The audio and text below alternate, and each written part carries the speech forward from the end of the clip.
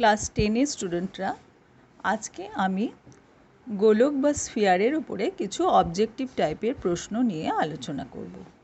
তোমরা ওয়েস্ট বেঙ্গল বোর্ডের যে গণিত প্রকাশ বইটি আছে 10ম শ্রেণীর, বইটি খুলে কোষে দেখি 12 এই অধ্যায়টি খুলে বসো। আমরা ওখান থেকে সংক্ষিপ্ত উত্তরধর্মী প্রশ্নগুলো বা অতি সংক্ষিপ্ত সেইগুলো নিয়ে আজকে আলোচনা করব। তোমরা ফর্মুলাগুলো তো আগেই জেনে গেছো। আমার এর আগে দুটি পার্টে আমি গোলকের উপরে পড়িয়েছি।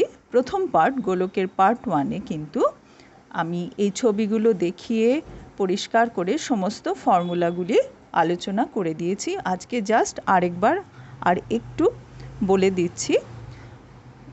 গোলকের একটি সম্পূর্ণ তল থাকে, একটি বক্রতল থাকে গোলকের, কেমন? আর গোলকের ঘনফল হচ্ছে 4/3 পাই আর কিউব, যেখানে আর হচ্ছে ব্যাসার্ধ, আর বক্রতলের ক্ষেত্রফল হচ্ছে 4 পাই আর স্কোয়ার।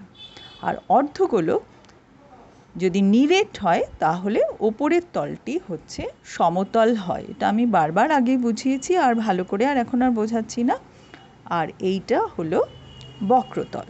তাহলে কিন্তু আমরা দেখতে পাই যে অর্ধগোলকের দুটো তল থাকে, একটা হচ্ছে বৃত্তাকার সমতল যেটা ওপরের তলটা, আর নিচের তলটা আমরা দেখতে পাচ্ছি এটা হচ্ছে চারিদিকে ঘিরে আছে যেটা, সেটা হচ্ছে বক্রতল।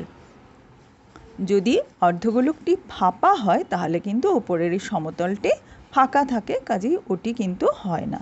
কাজে অর্ধগোলকের যখন সমগ্র তলের ক্ষেত্রফল নির্ণয় করতে হবে কোনো অঙ্কে, খুব ভালো করে খেয়াল করবে যে সেখানে কি বলা আছে, নিরেট অর্ধগোলক না ফাঁপা অর্ধগোলক। যদি নিরেট অর্ধগোলক হয় তাহলে ফর্মুলা হবে 3 পাই আর স্কোয়ার, ঠিক আছে? আর যদি ফাঁকা অর্ধগোলক হয়, ফাঁপা, ভেতরটা ফাঁকা রয়েছে, তাহলে কিন্তু সমগ্র তলের ক্ষেত্রফল সেখানে 2 পাই আর স্কোয়ার হবে শুধু, কেননা ওপরের তলটা সেখানে থাকছে না। এই কথাটা খুব মাথায় রাখতে হবে, কেননা আজকের অবজেক্টিভ টাইপের অঙ্কেও এই ব্যাপারটা ঘুরে ফিরে আসবে, তাই আমি আরেকবার মনে করিয়ে দিলাম, ঠিক আছে? এবারে আমরা কোষে দেখি 12-র 15-র অঙ্ক শুরু করব প্রথমে। তোমরা দেখে নাও 15-র অঙ্কে কি বলা আছে। 15-র একের অঙ্কটা বলা আছে 2r একক দৈর্ঘ্যের ব্যাসার্ধ বিশিষ্ট নিরেট গোলকের আয়তন কি হবে বলে আমাদের অপশান দেওয়া আছে 3-4টে। তার মধ্যে যে অপশানটা ঠিক হবে সেটাই আমাদের লিখতে হবে উত্তরে। তো এটা যেহেতু অবজেক্টিভ টাইপের প্রশ্ন এবং মার্কস আছে 1 নম্বর, সেই জন্য অনেক সময় আমরা রাফ ওয়ার্ক না করলেও 1 নম্বর আমরা ফুল মার্কস দিয়ে দিই। মানে এরকমই আমাদের ইনস্ট্রাকশান থাকে বোর্ডের, যে সেখানে রাফ ওয়ার্ক না করলেও, যেহেতু এটা 1 নম্বরের অঙ্ক, কেউ হয়তো মেন্টালিও এটা করতে পারে, সেই কারণে আমরা ফুল মার্কস দিই। কিন্তু আমার মনে হয় অঙ্ক করতে গেলে রাফটা করা জরুরি। রাফ করে নিয়ে তুমি আগে কনফার্ম হবে, তারপরেই তো উত্তরটা লিখবে। সেই জন্য আমি এখানে দেখো খুব সুন্দর করে মাঝখানে একটা দাগ কেটেছি, ডান দিকে রাফ ওয়ার্ক করেছি আর বাঁদিকে আনসারটা লিখেছি। তোমরা পরীক্ষাতেও ঠিক একইভাবে এই কাজটা করবে। প্রথম দিনে আমি ব্যাপারটা বুঝিয়ে দিলাম ভালো করে, ঠিক আছে? এবার প্রথম অঙ্কটা কি বলেছে, 2r একক দৈর্ঘ্যের ব্যাসার্ধ বিশিষ্ট নিরেট গোলকের আয়তন। আয়তনের ফর্মুলা আমরা জানি 4/3 পাই আর কিউব। আর মানে তো ব্যাসার্ধ, এখানে ব্যাসার্ধটাই বলে দিয়েছে 2r, তাই আর এর জায়গায় আমরা লিখব 2r, তার হচ্ছে হোল কিউব। তোমরা কিন্তু কেউ ভুল করে 2r কিউব, শুধু 2r কিউব লিখো না, হ্যাঁ? অনেকে আছে 2r হোল কিউব না লিখে শুধু 2r কিউব লেখে। এই শুধু 2r কিউব লেখা মানে পুরো ভুল। 2r কিউব মানে 2 ইন্টু আর কিউব, আর 2r এর হোল কিউব মানে কি, পুরোটার কিউব, 2 এরও কিউব আবার আর এরও কিউব, অর্থাৎ এটা ভাঙালে হবে 8r কিউব। দেখতে পাচ্ছ তোমরা পরের লাইনে আমরা কি পেলাম, 4/3 পাই ইন্টু 8r কিউব সমান হলো 32/3 পাই আর কিউব। কাজে এটাই হলো আমাদের আনসার। এবং এটা এ অপশানে ছিল, তাই আমরা আনসারে এ লিখে আবার আনসারটাও লিখে দিলাম। ঠিক আছে, নেক্সট অঙ্ক, দুটি নিরেট গোলকের আয়তনের অনুপাত 1:8। সেখান থেকে কি বার করতে বলেছে? তাদের বক্রতলের ক্ষেত্রফলের অনুপাত বার করতে বলেছে। তাহলে আমরা প্রথমে আয়তনের অনুপাতটা বার করে নিই। দুটো আলাদা গোলক কিন্তু, এবং গোলকটা নিরেট, এবং আলাদা গোলক বলে তাদের ব্যাসার্ধ আলাদা হবে। তাই মনে মনে আমরা প্রথম গোলকের ব্যাসার্ধ ধরো r1 ধরেছি, আর দ্বিতীয়টা ধরেছি r2। তাহলে আয়তনের অনুপাত কী হবে? 4/3 pi r1 cube divided by 4/3 pi r2 cube. এটা সমান সমান বলে দিয়েছি কি 1:8, তাই আমরা লিখলাম 1/8। ঠিক আছে, পরের লাইনে 4/3 আর 4/3 কেটে গেল, কি রইল? পাইও কেটে গেল, কি পড়ে রইল? r1 cube divided by r2 cube equal to 1/8। এবার 1কে দেখো আমরা 1-এর কিউব লিখতে পারি, আর 8কে 2-এর হোল কিউব লিখতে পারি। তাহলে এটা সমান সমান পুরোটা আমরা 1/2 এর হোল কিউব লিখতে পারি। তো পরের লাইনে আমরা r1/r2 বার করব। তাহলে আমরা আগের লাইনে বাদিকে কি ছিল? r1 cube by r2 cube. এটাকে আমরা তো লিখতে পারি r1/r2 হোল কিউব, কেননা লবেরও কিউব আছে, হরেরও কিউব আছে। তাহলে r1/r2 হোল কিউব আমরা এটা লিখতে পারতাম। তাহলে এই আগের লাইনটা থেকে আমরা পেয়ে গেলাম যে r1/r2 সমান সমান হচ্ছে হাফ। তাহলে গোলক দুটোর ব্যাসার্ধের অনুপাত দুটো পেয়ে গেছি। এটাকেই কাজে লাগিয়ে আমরা বক্রতলের ক্ষেত্রফলের অনুপাত নির্ণয় করব। তো বক্রতলের ক্ষেত্রফলের ফর্মুলা মনে আছে 4πr²। এখানে যেহেতু ব্যাসার্ধ দুটো আলাদা, তাই তাদের অনুপাত কি হচ্ছে? 4πr1² divided by 4πr2²। ঠিক আছে, 4πr1² ডিভাইডেড বাই 4πr2²। এটা ইকুয়াল টু কী হয়ে যাচ্ছে? 4π কেটে যাচ্ছে বলে কি হচ্ছে? r1² ডিভাইডেড বাই r2² সমান সমান আমরা কি লিখতে পারি? r1/r2 whole square. এটা ইকুয়াল টু কী হলো? হাফের হোল স্কোয়ার, কেননা আমরা একটু আগে বার করেছি r1/r2 সমান সমান হলো হাফ। তাহলে r1/r2 হোল স্কোয়ার আমরা কি লিখলাম? হাফের হোল স্কোয়ার ইকুয়াল টু হলো 1/4। তাহলে আমাদের উত্তরটা বেরিয়ে গেল যে 1/4 আমাদের অনুপাত যেহেতু বলেছে, অনুপাত তো আমরা বাই 4 এরকম ভগ্নাংশের আকারে তো লিখি না, আমরা কি লিখি? 1:4 লিখি। আমাদের অপশানেও দেওয়া আছে, তাই এই উত্তরটা হবে, বি এর উত্তরটা 1:4। বোঝা গেল? এবারে আমরা পরের অঙ্কে আসছি। তোমরা পরের অঙ্কটা পড়ে নাও, 3-এর অঙ্কটা দেখে নাও কি বলা আছে। এখানে বলেছে 7 সেন্টিমিটার দৈর্ঘ্যের ব্যাসার্ধ বিশিষ্ট একটা নিরেট অর্ধগোলকের সমগ্র তলের ক্ষেত্রফল নির্ণয় করতে। এখানে দেখো, আমি প্রথমেই বলে দিয়েছিলাম নিরেট অর্ধগোলক, এটা নিরেট না ফাঁপা সেটা মাথায় রাখতে হয়। আমাদের বলে দিয়েছে নিরেট অর্ধগোলক, অর্ধগোলকের তাহলে দুটো তল এখানে, একটা হচ্ছে বক্রতল আর একটা হচ্ছে ওপরে যে বৃত্তাকার সমতল থাকে। দুটো তল মিলিয়ে কি হয়? 2πr² প্লাস πr² মিলে হয় 3πr²। কাজেই নিরেট অর্ধগোলকের সমগ্র তলের ক্ষেত্রফল সমান সমান হচ্ছে 3πr² ইকুয়াল টু 3π, আর আমাদের 7 সেন্টিমিটার বলা ছিল, তাই 7²। এটা সমান সমান হলো 147 পাই, কেননা 49 আর 3 গুণ করলে হয় 147। এবার আমাদের অপশানগুলোর মধ্যে এটা দেওয়া ছিল, তাই সি এর উত্তরটা ঠিক হলো। আমরা আনসারের জায়গায় লিখলাম সি সমান সমান 147 পাই। আর ডান দিকে আমরা রাফ ওয়ার্কটা করে যাচ্ছি। নেক্সট অঙ্কটা তোমরা দেখো, 4-এর অঙ্কটা কি বলেছে। তোমরা একটু দেখে নাও ভালো করে 4-এর অঙ্কটা। আচ্ছা, 4-এর অঙ্কটা বলেছে দুটি নিরেট গোলকের বক্রতলের ক্ষেত্রফলের অনুপাত 16:9 হলে তাদের আয়তনের অনুপাত কি হবে, সেটা অপশানগুলো দেওয়া আছে। তাহলে আমাদের কি বলে দেওয়া আছে? দুটো নিরেট গোলকের বক্রতলের ক্ষেত্রফলের অনুপাত। তাহলে আমরা যেহেতু আলাদা দুটো গোলক, তাই তাদের ব্যাসার্ধ আলাদা, তাই ব্যাসার্ধ মনে মনে r1 আর r2 ধরে নিয়েছি।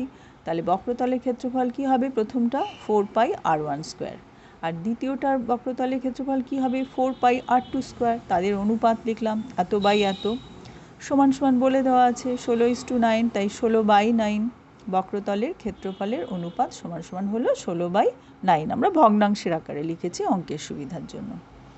এবার 4 পাই কেটে গেলে পরের লাইনে কি পেলাম? r1 square by r2 square equal to 16/9। এবার দুদিকটারই বর্গমূল করছি, বাদিকেরও বর্গমূল ডান দিকেরও বর্গমূল করে কি পেলাম? r1/r2 সমান সমান হলো 4/3। কিন্তু অঙ্ক তো এখানেই শেষ নয়, আমাদের আয়তনের অনুপাত বার করতে বলেছে। তাহলে প্রথম গোলকের আয়তন কি? 4/3 r1 কিউব, আর দ্বিতীয় গোলকের আয়তন কি? 4/3 r2 কিউব। তাহলে প্রথমটা বাই দ্বিতীয়টা লিখলাম, 4/3 আর 4/3 কেটে গেল, কেটে গিয়ে কি পড়ে থাকলো? সমান সমান r1 cube divided by r2 cube সমান সমান কি? আমরা লিখতে পারি r1 এর whole cube divided by r2 whole cube. এটা ইকুয়াল টু কি লেখা যায়? r1 by r2 whole cube. ঠিক আছে, এবার r1 বাই r2 মান আমাদের জানা ছিল 4/3, একটু আগেই বার করেছি। তাই ভেতরে r1 বাই r2 জায়গায় কি লিখলাম? 4/3, তার মাথায় হোল কিউব। এবার 4 কিউব করলে হয় 64, আর নিচে 3 কিউব করলে হয় 27।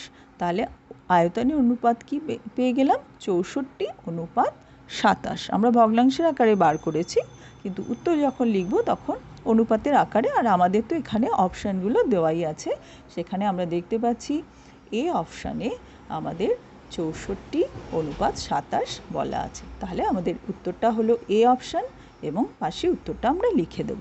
ঠিক আছে, এবার পরের অঙ্কটা পড়ে নাও।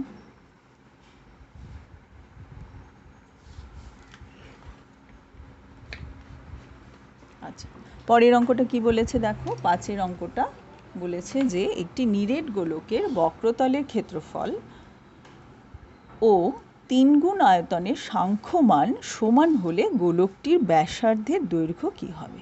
খুব ভালো করে অঙ্কটা আরেকবার পড়ে নাও। কি বলেছে? নিরেট গোলকের বক্রতলের ক্ষেত্রফল। আমরা জানি বক্রতলের ক্ষেত্রফল 4πr স্কোয়ার, সেটা কার সঙ্গে সমান? 3 গুণ আয়তনের সাংখ্যমানের সঙ্গে সমান। আচ্ছা, আমরা আয়তন কি জানি? 4/3πr3। এককটা লিখছি না, কেননা শুধু সাংখ্যমান বলেছে, কাজে একক তো লিখবো না আমরা। সাংখ্যমান দুটোই সমান, তাই বাদিকেও আমরা বক্রতলের ক্ষেত্রফলের জাস্ট মানে ফর্মুলাটা 4πr স্কোয়ার লিখেছি, কোনো একক লিখিনি। ডান দিকেও হচ্ছে আয়তনে হচ্ছে 4/3πr3, তার 3 গুণ বলেছে, সেই জন্য আমরা প্রথমে 3 ইন্টু এটা লিখেছি। এবার দেখো 3 আর 3 কেটে যাচ্ছে, আর বাদিকে 4, ডান দিকে 4 কেটে গেল, পাই কেটে গেল, কি পড়ে রইল পরের লাইনে? r square equal two r cube. ঠিক আছে, এবার যদি উভয় পক্ষকে আমি r স্কোয়ার দিয়ে ভাগ করে দিই, তাহলে কি পাচ্ছি? 1 ইকুয়াল টু r। আচ্ছা, তোমরা তো একটু বড় হয়েছে, উঁচু ক্লাসে পড়ো, যখনই ভাগ করবে কোনো সংখ্যা দিয়ে যার মানটা জানা নেই, যে 1 2 3 4 5 এরকম নয়, যেমন এখানে r দিয়ে ভাগ করছো বা r স্কোয়ার দিয়ে ভাগ করছো, তখনই বুঝে নিতে হবে যে r স্কোয়ারের মান কি 0 হতে পারে? 0 দিয়ে কিন্তু ভাগ করা যায় না। কিন্তু আমরা জানি r মানে তো ব্যাসার্ধ, ব্যাসার্ধ তো আর 0 হতে পারে না, বা ব্যাসার্ধর বর্গ 0 হতে পারে না।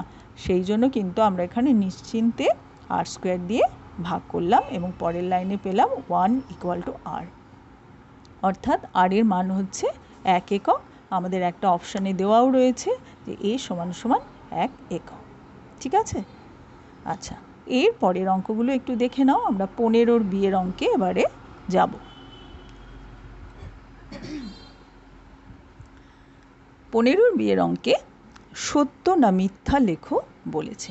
একটা বিবৃতি দেওয়া আছে, সেই বিবৃতিটা সত্য কিনা তোমায় যাচাই করতে হবে। ঠিক আছে, তো আমরা দেখে নিই কী বলছে।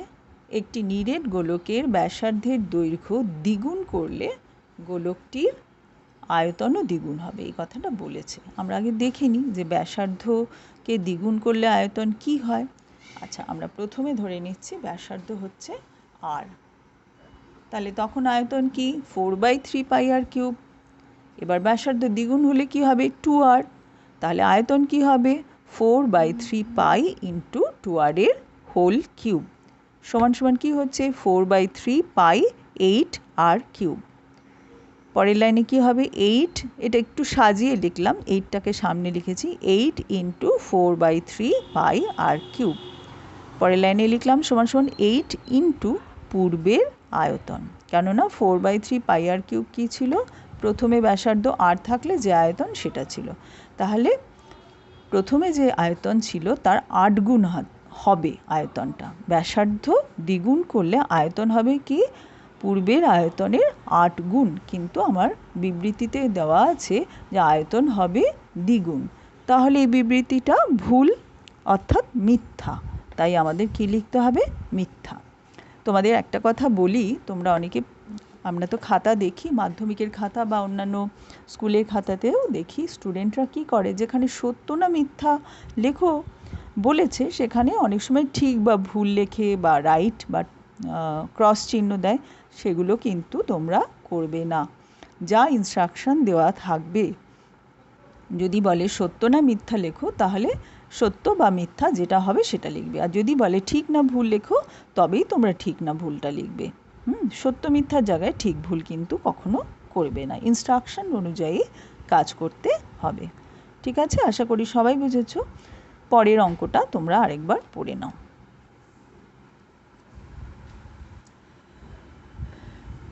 পরের অঙ্কটা বলেছে দুটি অর্ধগোলকের বক্রতলের ক্ষেত্রফলের অনুপাত 4:9 হলে ব্যাসার্ধের দৈর্ঘ্যের অনুপাত হবে 2:3। ঠিক আছে, তো আমরা দেখি কি হয়। অর্ধগোলকের বক্রতলের ক্ষেত্রফল কি হবে 2πr1²। দুখানা যেহেতু বলেছে তাই প্রথম গোলকের ব্যাসার্ধ r1 ধরেছি আর দ্বিতীয়টা ধরেছি হচ্ছে r2, তাই এখানে আমরা বললাম 2πr1² ডিভাইডেড বাই 2πr2²। এখানে অবশ্য নিরেট বা ফাঁপা কিছু বলে দেয়নি, আমরা এখানে ফাঁপা ধরে করছি, যদি নিরেট ধরেও করতাম তাহলেও কিন্তু একই হয়ে যেত, কেননা তখন যদি 3πr1² করতাম আর নিচেরটাও 3πr2² হতো, 3 কিন্তু কেটে যেত। তো যাই হোক, তো আমরা এখানে 2πr1² ধরেই করলাম, divided by 2πr2² equal to হচ্ছে 4/9। পরের লাইনে কি হলো r1² by r2² equal to 4/9, কেন এই দুটো কেটে গেল।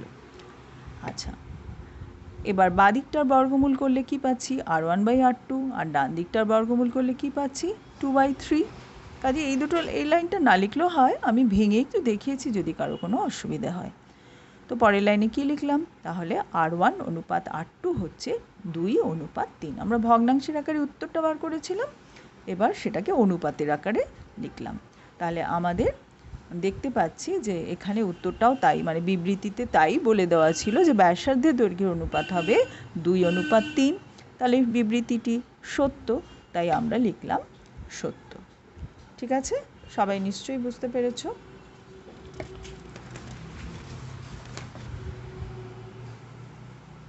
পরে হচ্ছে এরপরে আমরা সংক্ষিপ্ত উত্তরধর্মী প্রশ্নগুলো আলোচনা করব। প্রথম অঙ্কটা দেখো 16-1। একটি নিরেট অর্ধগোলকের আয়তন এবং সমগ্রতলের ক্ষেত্রফলের সাংখ্যমান সমান অর্ধগোলকটির ব্যাসার্ধ কত? অর্ধগোলকের আয়তন হচ্ছে 2/3πr³ ঘন একক, আর সমগ্রতলের ক্ষেত্রফল কি 3πr² বর্গ একক। ঠিক আছে, তো আমাদের যেহেতু সাংখ্যমান সমান তাই আমরা লিখলাম 2/3πr³ ইকুয়াল টু 3πr²।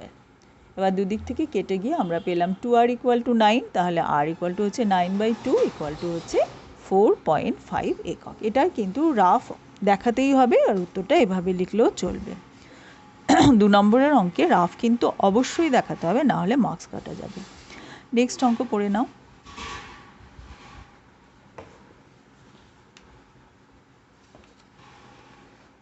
একটি নিরেট গোলকের বক্রতলের ক্ষেত্রফল নিরেট লম্ববৃত্তাকার চোঙের বক্রতলের ক্ষেত্রফলের সমান। চোঙটির উচ্চতা আর ব্যাসের দৈর্ঘ্য উভয় 12 সেন্টিমিটার। গোলকটির ব্যাসার্ধের দৈর্ঘ্য কত?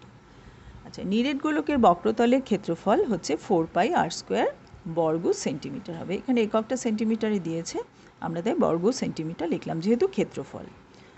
আচ্ছা, চোঙের উচ্চতা বলে দিয়েছে 12 সেন্টিমিটার। চোঙের উচ্চতাকে আমরা এইচ সিম্বল দিয়ে লিখি বলে ব্র্যাকেটে এইচটা লিখে দিলাম, তাহলে পরে যখন ফর্মুলা লিখব কোনটা আর কোনটা এইচ মানে আর কি এইচ কি এটা বলতে হবে না।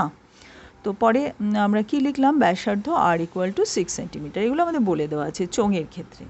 এবার চোঙের বক্রতলের ক্ষেত্রফল কি, 2 পাই আর এইচ বর্গ সেন্টিমিটার সমান সমান মানগুলো বসালাম, বসিয়ে হলো 144 পাই। আমাদের অঙ্কে বলেই দিয়েছে যে নিরেট গোলকের বক্রতলের ক্ষেত্রফল আর লম্ববৃত্তাকার চোঙের বক্রতলের ক্ষেত্রফলটা হচ্ছে সমান। তো আমরা সমীকরণে আমরা এটা লিখছি, সমীকরণে আমরা একক লিখি না, তো আমরা লিখলাম 4 পাই আর স্কোয়ার ইকুয়াল টু 144 পাই। দুদিক থেকে কেটে গেল, কেটে গিয়ে কি পেলাম, আর স্কোয়ার ইকুয়াল টু 36।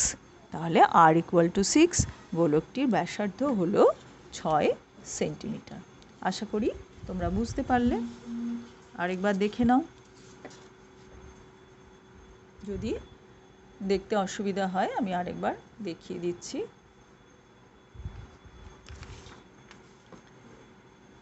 নেক্সট অঙ্কটা তোমরা এবারে একটু পড়ে নাও। নেক্সট অঙ্কটা বলেছে একটি নিরেট অর্ধগোলকের সমগ্রতলের ক্ষেত্রফল আর একটি নিরেট গোলকের বক্রতলের ক্ষেত্রফল সমান। একটা হচ্ছে অর্ধগোলক, এটা নিরেট কিন্তু অর্ধগোলকটা, আরেকটা হচ্ছে নিরেট গোলক। অর্ধগোলকের সমগ্রতল আর নিরেট গোলকের বক্রতলের ক্ষেত্রফল সমান, এটা বলেছে। তাহলে আমরা লিখে নিই আগে প্রথমে যে নিরেট অর্ধগোলকের ব্যাসার্ধের দৈর্ঘ্য হচ্ছে r1 একক, এটা আমরা ধরলাম। তাহলে অর্ধগোলকের সমগ্রতলের ক্ষেত্রফল কি হবে, 3 পাই r1 স্কোয়ার, ফর্মুলায় আছে এত বর্গ একক। আর নিরেট গোলকটার ব্যাসার্ধ ধরেছি r2, তাহলে বক্রতলের ক্ষেত্রফল কি হবে, বক্রতল বলো বা সমগ্রতল বলো, ক্ষেত্রফল কি হবে 4 pi r2 square. 4 pi r square, তো আর এর জায়গায় r2 লিখেছি, ঠিক আছে। এবার শর্তানুসারে এই দুটো সমান বলে দিয়েছে এই দুটো জিনিস, তাহলে আমরা লিখলাম 3 pi r1 square equal to 4 pi r2 square. Pi pi কেটে গেল, পরের লাইনে 3 r1 square equal to 4 r2 square. এবারে r1 square by r2 square equal to হলো 4/3, এটা কিন্তু ইকুয়াল টু সাইন, 4/3। এইটা লেখার সময় অনেকে পরীক্ষার হলে তাড়াতাড়িতে নার্ভাস হয়ে গিয়ে উল্টোটা লিখে ফেলে, 3/4 লেখে। তোমরা এই লাইনটা থেকে এই লাইনটা লেখার সময় খুব সতর্ক থাকবে, লেখার পর বজ্রগুণন করে দেখে নেবে যে আগের লাইনটা সঙ্গে ঠিক আছে কিনা। এখানে দেখো বজ্রগুণন করো, 4 r2 স্কোয়ার হচ্ছে, তাহলে পেলাম 4 r2 স্কোয়ার, আর এটা বজ্রগুণন করে কি হচ্ছে 3 r1 square. 4 r2 square equal two 3 r1 square, এই লাইনটা থেকে এই লাইনটা এসছে, কাজে এই লাইনটা বজ্রগুণন করলে যেন এটাই পাই, কাজেই লেখার সময় সচেতন থাকবে, উল্টোটা লিখে ফেলবে না ভুল করে তাড়াহুড়োতে। পরের লাইনে আমরা কি পাচ্ছি, বাদিকটার বর্গমূল করেছি r1/r2, ডান দিকটার বর্গমূল করলাম করে পেলাম 2/√3। তাহলে নির্ণেয় অনুপাত কি হলো, 2:√3, 2:2:√3, ঠিক আছে। পরের অঙ্কে আমরা চলে আসি, পরের অঙ্কটা একটু পড়ে নাও তোমরা। একটি নিরেট গোলকের বক্রতলের ক্ষেত্রফল হচ্ছে s আর আয়তন হচ্ছে v, s3/v স্কোয়ারের মান কত, ঠিক আছে। আমরা গোলকের ব্যাসার্ধ ধরে নিয়েছি স্মল r, তাহলে বক্রতলের ক্ষেত্রফলকে তো s দিয়ে চিহ্নিত করা হয়েছে, তাহলে s equal to 4 pi r square, আয়তন equal to v equal to 4/3 pi r cube. সুতরাং s3/v square equal to 4 pi r স্কোয়ারের whole cube divided by 4/3 pi r কিউবের হোল স্কোয়ার ইকুয়াল টু, লবটা ভাঙালে কি হচ্ছে, 4 কিউব মানে 64, পাইয়ের কিউব r স্কোয়ারের কিউব মানে r⁶, কেননা r স্কোয়ারের কিউব অর্থাৎ 2কে 3 দিয়ে গুণ করলে হয় 6, পাওয়ারে গুণ হয়, সূচকের নিয়মে শিখেছো। নিচেরটা একইভাবে হলো 16/9 পাই স্কোয়ার r⁶। সমস্ত কিছু কাটাকুটি করে 64 ইন্টু 9/16 হয়ে গেল, এটা উপরে উঠে গেল বলে উল্টে গেল, পাই স্কোয়ার দিয়ে পাই কিউবকে কাটলে হয় পাই, r6 কেটে গেল, তাহলে আনসার কি হলো 36 পাই। নেক্সট অঙ্কটা দেখে নাও। একটি গোলকের ব্যাসার্ধের দৈর্ঘ্য 50% বৃদ্ধি করলে বক্রতলের ক্ষেত্রফল শতকরা কত বৃদ্ধি পায় তা নির্ণয় করো।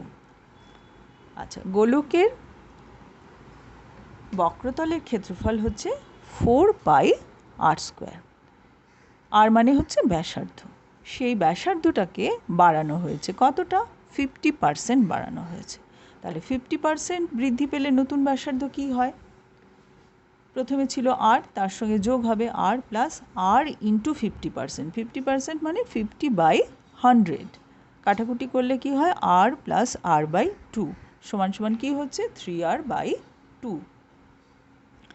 তাহলে তখন বক্রতলের ক্ষেত্রফল কী হবে? যখন ব্যাসার্ধটা বাড়লো 50%, তখন তো ব্যাসার্ধ 3r/2।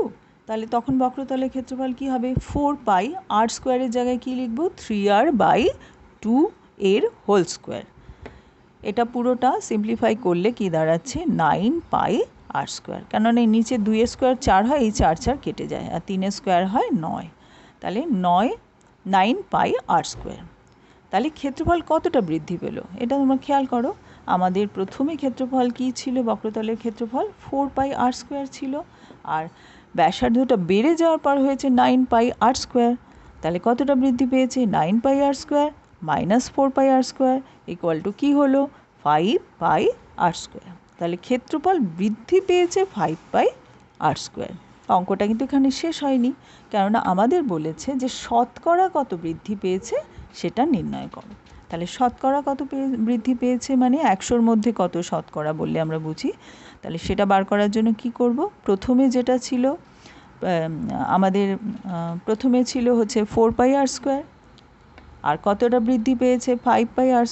তাহলে বৃদ্ধিপ্রাপ্ত অংশটা মানে লিখলাম যতটা বৃদ্ধি পেয়েছে, উপরে লবে লিখলাম 5πr² ডিভাইডেড বাই অরিজিনালি যা ছিল 4πr² ইন্টু 100। এবার এগুলো কাটাকুটি করলাম, করে 4 দিয়ে 100কে কাটলে 25 হয়, 25 ইন্টু 5 করলে হয় 125। তাহলে 125% বৃদ্ধি পাবে। এটা হচ্ছে উত্তর। তোমরা যখন উত্তর লিখবে কেউ কেউ ভুল করে লেখো শতকরা 125% বৃদ্ধি পাবে। কথাটা কিন্তু সম্পূর্ণ ভুল, কেননা শতকরা আর এখানে এই চিহ্নটা একই জিনিস। তাহলে দুবার বলা হয়ে যাচ্ছে। হয় তুমি বলবে যে 125% বৃদ্ধি পাবে, অথবা কথায় যদি লিখতে চাও তাহলে লিখবে শতকরা 125 বৃদ্ধি পাবে। তো আমার মনে হয় অত কিছু দরকার নেই, তোমরা 125 তারপরে এই পার্সেন্টের চিহ্ন দেবে, দিয়ে লিখবে 125% বৃদ্ধি পাবে। ঠিক আছে, তাহলে আমরা এই গোলক বা স্ফিয়ারের চ্যাপ্টার, আমি একটু লেখাটা ওপরের দিকে দিয়ে আবার দেখিয়ে দিচ্ছি, পরিষ্কার করে দেখে নাও। গোলক বা স্ফিয়ারের চ্যাপ্টারে আমি কিন্তু অবজেক্টিভ প্রশ্ন আমাদের গণিত প্রকাশ বইটিতে যা যা আছে সমস্তগুলোই করিয়ে দিলাম। তোমরা এগুলো কিন্তু খুব ভালো করে শেখার চেষ্টা করো, বোঝার চেষ্টা করো, প্র্যাকটিস করো। আশা করি তাহলে তোমরা অবশ্যই পারবে। এবং এরপরে পুরনো টেস্ট পেপার দেখে বা নতুন টেস্ট পেপার যখন আসবে সেগুলো দেখে কিন্তু এই ধরনের অঙ্ক তোমরা বারে বারে প্র্যাকটিস করবে। যেগুলো শেখালাম সেগুলোই কিন্তু বেসিক জিনিস। এইগুলোর এই যে বেসিক আইডিয়াটা পেলে তার উপরে ভিত্তি করেই কিন্তু আমাদের সমস্ত অঙ্কগুলো হবে। ঠিক আছে, এখানেই শেষ করছি তাহলে।